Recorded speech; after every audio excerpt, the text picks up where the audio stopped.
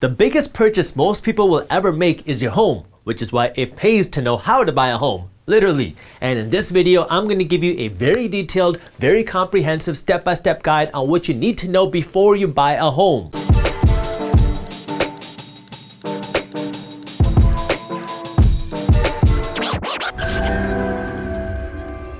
What's up everybody, I am Jaspreet Singh from theMinorityMindset.com, where money minds rethink rich. Almost everybody wants to own their own home. Like 9 out of 10 millennials say that they want to be homeowners. But unlike what your cousin Bunty says, buying a home the right way isn't so simple. If it was, you wouldn't have so many home buyers regretting their decisions. I have seen real estate from a few different perspectives. I am a real estate investor, I am an attorney, and I have a real estate salesperson's license. I don't actively help people buy and sell homes anymore, but I used to. So if you want to buy a home the right way, there are 10 things that you need to know, and it all starts by smashing the thumbs up button below. I guess the thumbs up part isn't really necessary, but I would appreciate it because the way the YouTube algorithm works, if you do not hit that thumbs up button, then YouTube is much less likely to show you and other people our financial news and education videos. And when it comes to you buying a home, the first thing we need to talk about is getting pre-qualified, because the last thing you want to happen is you fall in love with a home and then you find out you can't afford it. You want to get pre-qualified before you start looking for a home because it'll give you an idea of how big of a home you should be looking for. I'll get to affordability a little bit later in this video, but this will kind of give you an idea and it'll save you time as a buyer and it'll also save the seller time. Plus, if you're already pre-qualified to buy a home, then this tells the seller that you're serious and you'll have the cash ready to purchase the home, because the last thing the seller wants to do is take their home off the market because somebody wants to buy it, and then 60 days later they find out that this person cannot get the cash to purchase the home. So if you are pre-qualified, you are more likely to get accepted with an offer because you have demonstrated that you'll be able to get the cash to purchase the home. I learned this lesson the hard way. So I was selling an apartment complex that I was a part owner of, and a lady brought me an offer through my agent, and she was not pre-qualified at the time, but she said that she wouldn't have any problems getting the cash. So I thought, okay, no big deal. She has good income, she has their experience, she should have no problem getting pre-qualified. And so she negotiated a 60-day kind of contingency to get this financial pre-qualification, which is pretty standard in commercial real estate deals. And then 60 days go by and she says, oh, I'm having some issues with my lender and this is going to take another 30 days. Another 30 days go by and we have taken the property off the market at this time. So now we're talking about 90 days off market. 90 days go by and she's like, I'm starting to have some more issues with another lender, so I'm going to start the whole process over with a different lender. At this point, I was like, we have been off the market for 3 months. 1 month later,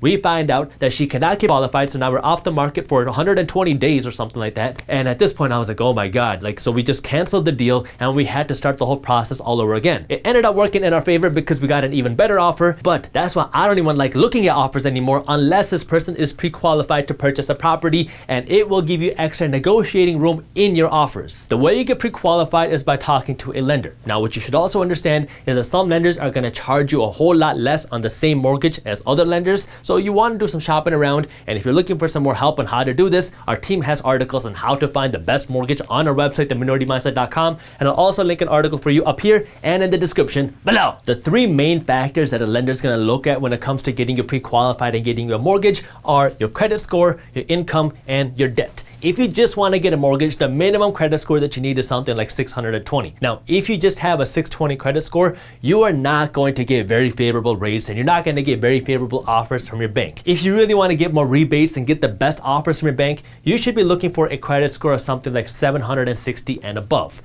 Next thing is they're going to be looking at your income. They're going to want to see your W-2s, your pay stubs. They're going to want to see how long you've been at your job or in your industry and how much money you're making. And they're going to want to see this for at least 2 years if you're working a job. If you're self-employed, if you have your own business, they're going to want to see even more than that. And then they're going to want to look at your financial statements. They're going to want to see how much debt you have. And they're going to want to know if you have any credit card debt and all the different types of debt, because they're going to compare this to your income using something called a debt to income ratio. Essentially, what the bank is doing is they want to see if you are a good investment for their money. So they're just looking at the numbers and they're going to see, okay, this person's making a lot of money, they don't have a lot of debt, and they have a good credit score. Yes, they're a good investment for our money, and we don't have to charge them too much in fees because we think they're a good investment. But if they look at you and they say, ooh, this person has a lot of debt, their income is fine, but their credit score is also low, they don't seem as good of an investment, so we're gonna have to take an extra risk. So we're gonna charge you extra fees to make up for this higher risk. So if you wanna get the best best rates,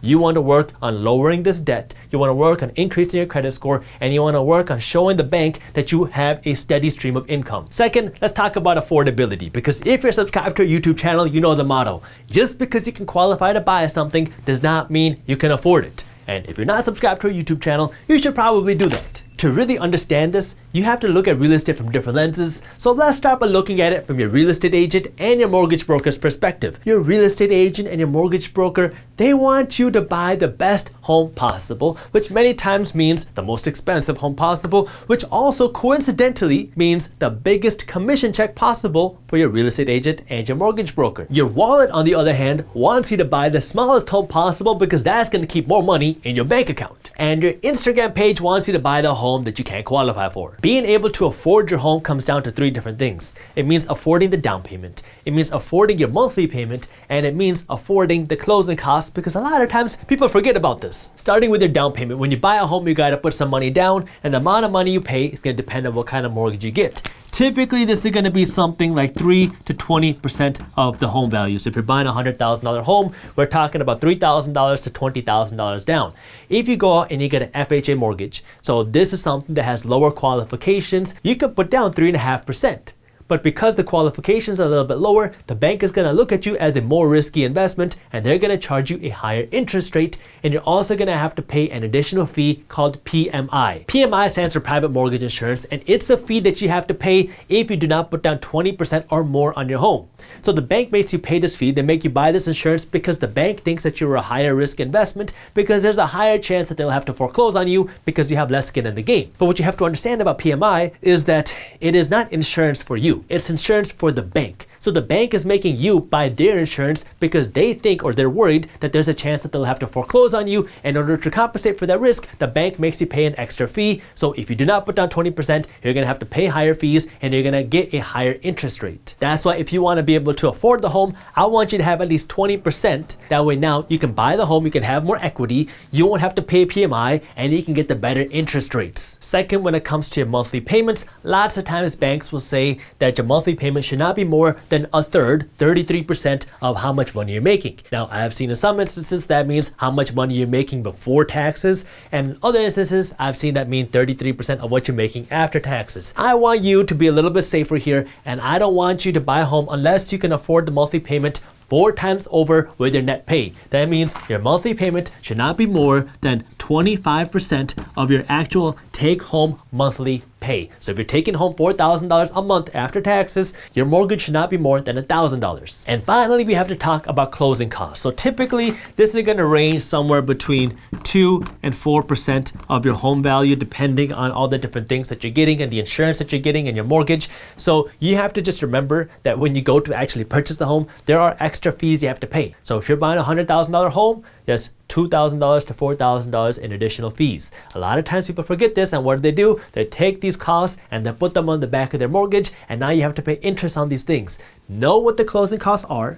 That way you can prepare for it and have the cash to afford these things. And one thing that I also don't want you to forget when it comes to closing costs is your moving costs, because guess what? It costs money to move. If you're going to use a moving service or anything like that, there is a cost to move from one home to the other. So just don't forget that. Third, should you use a real estate agent? So you need to understand that there's 2 different types of agents. You have buyer's agents, and then you have listing agents.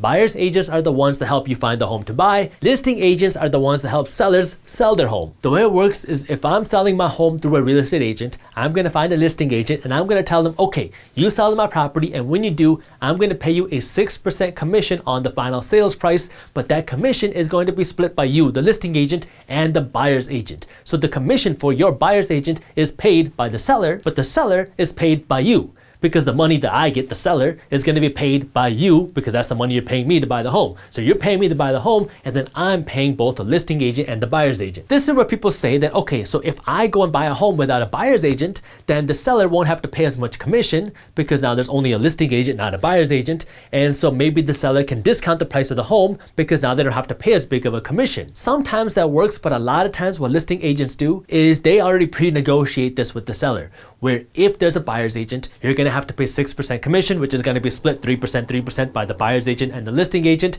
And if there is no buyer's agent, then the listing agent will take 5% commission instead of 6%. It doesn't always work like that, but sometimes it does. Plus, your buyer's agent can also save you a ton of headache and a ton of time. And if they're a good agent, that can also help you out with the negotiation to help you save more than that 3% when it comes to actually buying the home. So if you find yourself a good agent, their service will pay for their fee by itself. And if you find yourself a bad agent, well, now you're paying a premium for something that you don't necessarily need. Fourth, you gotta know what you want, because when it comes time for you to buy a home, this is not like Chipotle where you can go to the checkout counter and say, oh wait, I forgot to get extra guac. When it comes time for you to buy a home, you gotta know what you want before you get to the checkout counter. Not only do you wanna know exactly what you want in a home, but you also wanna kind of prioritize what's important and what's not as important, because there's a chance that you might not find everything that you want when it comes to buying a home, but you need to know what's very important and kind of make sure you prioritize those as opposed to the things that are not as important. So some of the things that you can pay attention to are the size of your home, the yard. Do you want a yard? If so, how big does it need to be?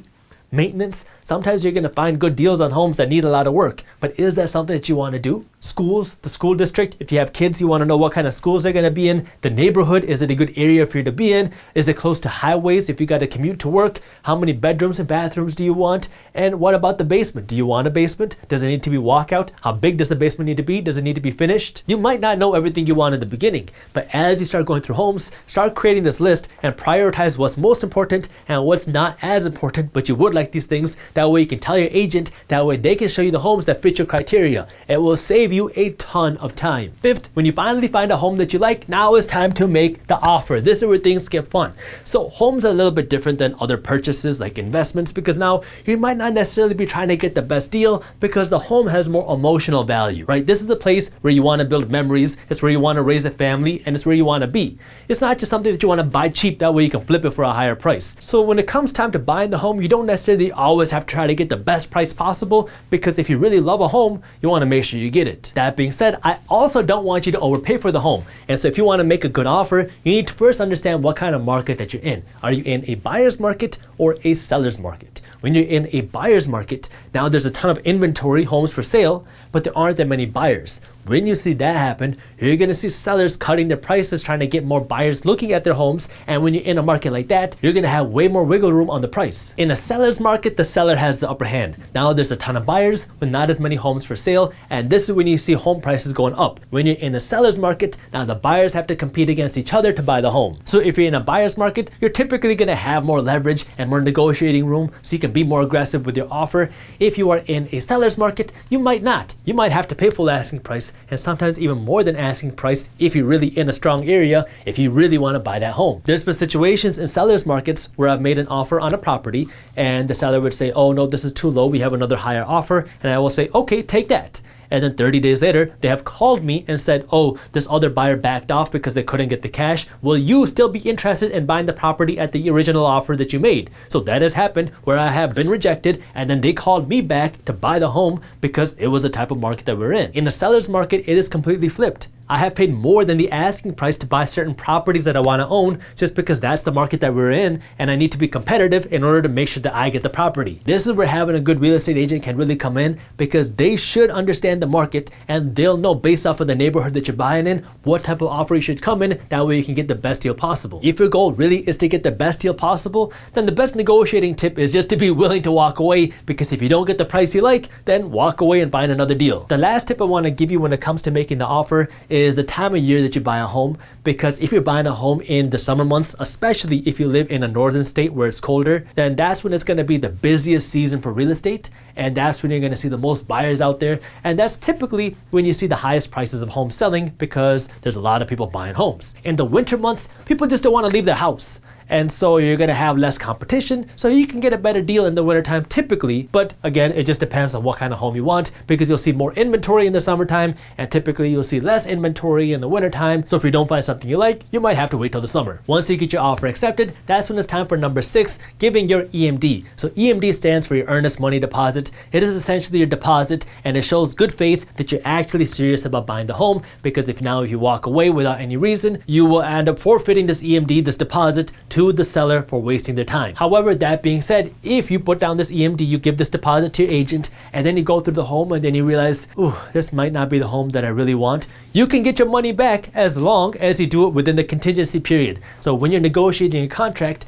every contract should have a minimum 10-day contingency period that says that you have the opportunity to go through the home, do inspections on the home, and really just make sure that this is the home that you want. If you have that contingency period there, then you have the opportunity to get your money back as long as you do it within that contingency period. If you decide the day before closing that now, I just don't want to buy this home anymore, or I don't really think this is the right home for me, and you're past that contingency period, then yeah, you are going to lose this deposit. The amount of money that you have to pay for your deposit is going to vary state to state, but a kind of good rule of thumb to remember and kind of a good negotiating tool is if you really want to look serious and you want to make your offer more enticing, put down a bigger deposit. This is something that I do when it comes to buying investment properties, is if I really want to show this owner that I'm interested and that I can close quickly on this home, then I will just increase this EMD to a big chunk of the home value. That way I can show them, hey, I'm interested and I'm ready to buy this property very quickly. So if you find a home that you like and you really like it, you might want to consider raising your EMD a little bit to make your offer look more attractive. And remember, you can get this money back as long as you request it during that contingency period if you find something that you don't like or if you change your mind. But before you do that, make sure you talk to your real estate agent and confirm this with them, and maybe talk to an attorney too, because the last thing you want to do is run into an issue where the agent messed up on the contract and that contingency period is not there. So make sure you talk to your agent and maybe an attorney to confirm that this contingency period is in your contract. Now, once you enter into contract to buy the home and this contingency period starts, what you want to do is your due diligence. So what that means is you want to go through this property with an inspector and make sure that there's nothing wrong with the property, or at least nothing major wrong with the property, because one thing that I can tell you that when it comes to real estate, things break. So what you want to do is kind of minimize how many things break by knowing exactly what's wrong with the property before you buy it. At the very least, you want your private property inspector to walk through the entire property and the roof to make sure there's no major issues with the property. You also want to maybe take a look at mold and your sewage system and your electrical system and your plumbing system. These are kind of extras, but the more cautious you are, the more money it can save you down the line. I can guarantee that your inspectors are going to find things that are wrong with the property. That's what you're paying them to do. You're paying them to find things that are wrong. What you want to really know is how big or a deal these things really are. And what you can also do, as a little negotiating tip, is when you get this list of kind of repairs or issues with the property, you can use this to go back to the seller and say, hey, there's a bunch of issues with the property. Either you can lower the price of the home by $5,000, or you can spend $15,000 to fix these things. It's up to you. When you do this, it helps to just talk to your real estate agent, because they're going to know how to do this the right way. Once you enter into your contract to buy a home, you're also probably going to start working with a title company, if not an attorney, to help you with the actual purchasing process, because their job is to look at the records and make sure that there's no back taxes on the property or back liens, meaning loans on the property, because the last thing you want is to buy a property and then 6 months later find out that there's a $30,000 loan attached to the property that you now own. I highly recommend you go through a title company, because a title company is going to give you something called title insurance, which protects you against them missing something on your records. I'll show you why this is important. One time I was part of a deal where we bought a multi-unit property, and it had a lot of land and it was on a lake. And so when we bought this property, there was no issue with the records. But a year after buying the property, I got a letter, or actually my attorney got a letter in the mail saying that this lender had foreclosed on our property, or a portion of our property, because apparently there was an old lien, an old loan on the property that our title company didn't see. So now we were like, what the heck, what do we do? Because this old lender had a loan on our property that we didn't know about. So obviously nobody was paying it. The last seller didn't tell us about this. And so because nobody was paying this loan, because we didn't know about it, then this lender then foreclosed on a portion of our property. That's when we went to the title company and we say, hey, what the heck? You guys missed this record. So the title company paid off the old lender, I think it was like $100,000, to make that old loan go away. That way we can own that whole property again. If we did not have title insurance, and if we did not go through a good title company, that would have been a very, very, very big headache. So you want to make sure you're going through a title company. That way you can get title insurance. That way they can look at the records and protect you just in case they miss something on the records. This brings me to number 9, talking about the legal stuff. Now, I might be a little bit biased here because I am an attorney, but But using an attorney is a small cost you can pay today that can save you a big headache and a big cost in the future. What you're paying your attorney to do is to review your contract to buy the home, because your real estate agent is not an attorney, and you're paying them to go through your title documents and your closing documents to make sure that your title company has reviewed everything and to make sure that you're protected in every way possible. If your attorney that you're working with is involved in real estate, they might also tell you that they recommend you getting a survey or an environmental study done. What these two things are two additional kind of inspections on your property. A survey kind of goes through the records to see what actual land that you're buying, because sometimes you think you're buying a plot of land, but you're only actually buying a quarter of that land or 3/4 of that land. So a survey is when people go out and they really measure the actual dimensions of the property, and an environmental is where people go out there and they're going to look at the soil samples and they're going to make sure that there's no other toxins in the land of the property. From an attorney's perspective, it is always better to be safe than sorry. Now, practically speaking, if the home that you're buying is in the middle of a subdivision, you probably don't need an environmental. Don't quote me on that, because there's always an exception to this, but most likely probably not. And in terms of a survey, this is going to really help you figure out where your property line ends and where your neighbor's property starts. So if your property has like a funky kind of layout with a lot of properties around it or different types of properties around it, then you definitely should have a survey. If you are kind of just in a regular neighborhood, then you might not have the real need for it. But again, talk to your attorney about how important he really thinks it is, because he or she should give you an honest answer on whether it's really important, kind of important, or not that important. Once you get past all of this, now you're finally at the closing table where you're going to sign the paperwork and get the keys to the property. If you've done everything else that we talked about, then there's going to be no surprises at closing, because you're going to review the closing documents before you get to closing, and all you're literally going to do there is just sign a bunch of paperwork. One tip that I do want to give you when it comes to closing is sometimes what you'll see happen is, let's say you're closing on the property on September 1st. Sometimes the seller's going to say, yeah, you're buying the property on September 1st, but we, the sellers, are going to continue living in this property until September 10th. If that's the case, what you want to do is you want to negotiate some sort of per diem that your seller has to pay for living in that property, because the last thing you want is, come September 10th, the seller says, oh, sorry, we're going to take another 30 days to get out of here. So you need to make sure you have some sort of per diem there where they're going to pay you a certain amount of money for every day that they're there. And if they don't leave by the deadline, then the amount of money they're going to have to pay goes up. And you want to also make sure that some of this money is held in escrow. This is something the title company can do for you. That way now, if they don't leave, the title company is not going to give the seller their money, because they are going to hold that money until the seller actually leaves the property. The last thing you want is, if the seller is staying in the property after the closing date, that they just don't leave, or that they take forever to leave. So you want to make sure you're compensated for that if that happens, by talking to your title company and talking with your agent to come up with a plan to make sure you're compensated if, I'm not saying it is going to happen, but if it happens, you want to make sure you have a protection plan. If you enjoyed this video, here's a video that I think you'll love, and while you're at it, subscribe to our YouTube channel and join our free finance and business newsletter. And as always, keep hustling. Now let's do some savings math to see how much money you're really going to save. I can't do this in my head, so I already did it out for you. If you're saving $97 a month, remember, so if you refinance, you're going to save $97 a month. If you save $97 a month 12 times a year, because you're going to pay this every single month,